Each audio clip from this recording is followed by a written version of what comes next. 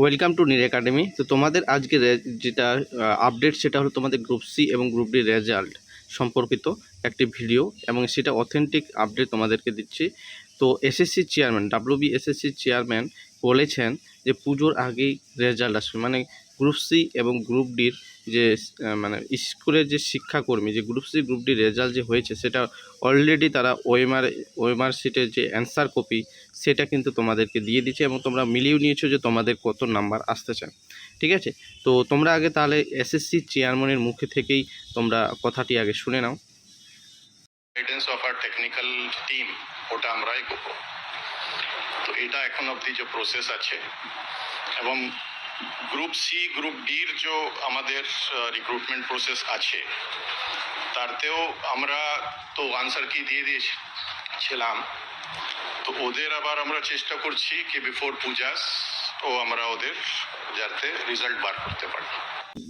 বুঝতে পারলে যে এসএসসি চেয়ারম্যান যেহেতু বলেছে যে অতি শীঘ্রই, মানে অতি শীঘ্রই তো না, মানে পুজোর আগে তারা চিন্তা ভাবনা করছে যে পুজোর আগে রেজাল্ট বেরোবে। ঠিক আছে, তো এটা চিন্তা ভাবনা, এটা যে বলছে কনফার্ম যে পুজোর আগেই আসবে, একদম 100% করে বলছে না, যারা চেষ্টা করছে পুজোর আগে আসবে। ঠিক আছে, তারা চিন্তা ভাবনা করছে। এগুলোই কথা হচ্ছে, একটা কি থাকে যে একটা প্রশ্নবোধক একটা প্রশ্ন থেকেই যায়। ঠিক আছে, কারণ তারা চেষ্টা করা আর করা এগুলো কিন্তু একদমই পছন্দ না, কারণ অনেক দিন ধরেই আমরা এগুলো শুনে আসতেছি।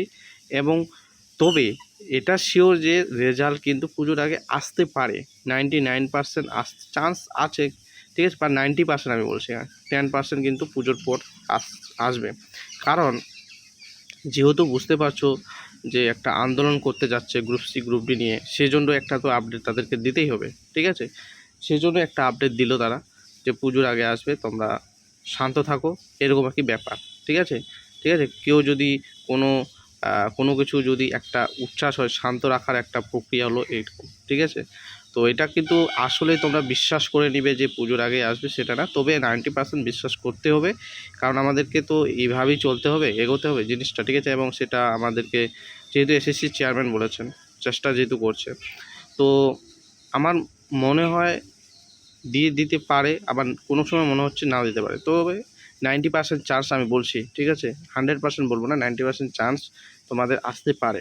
শুধু রেজাল্ট আসবে, যদি রেজাল্ট আসে তার প্রক্রিয়া, ইন্টারভিউ প্রক্রিয়া, ঠিক আছে, একটু লেট হতে পারে, দেরি হতে পারে। ঠিক আছে, কারণ তোমাদের পুজোর পর হলেও হতে পারে, কিন্তু তারও দেরি হতে পারে, অনেক দেরি। কারণ এখানে তাদের এখন যে বিষয়টা, তোমরা আগে ভালো করে শোনো ভিডিওটা। এখন তাদের বিষয় হলো এই যে 31শে আগস্টের মধ্যে একটা ডেডলাইন আছে সুপ্রিম কোর্টের। ঠিক আছে, তাদের যদি 31শে আগস্টের থেকে ডেট যদি এক্সটেন্ড না করে, তাদের চাকরি কিন্তু চলে যাবে।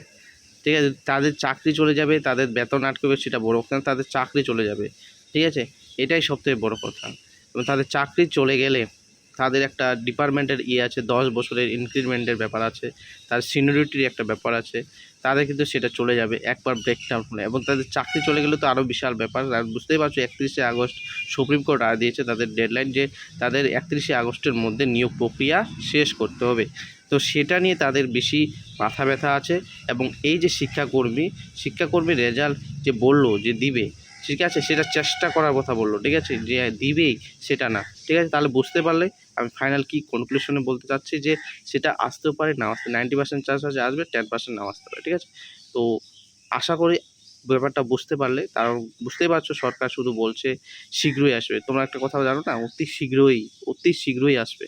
তো বুঝতে পারছো ব্যাপারটা এরকম। ঠিক আছে, যেহেতু আন্দোলন হবে SSC group C group D নিয়ে, অনেকের বেতন যারা ছিল বেতন বন্ধ করে রাখছে। ঠিক আছে, তো এইটুকুই আজকে আপডেট তোমাদের। আশা করি আপডেটটা ভালো লাগছে, এই জন্য ভিডিওটাকে লাইক করবে, শেয়ার করবে এবং সাবস্ক্রাইব করবে চ্যানেলটিকে নতুন হলে।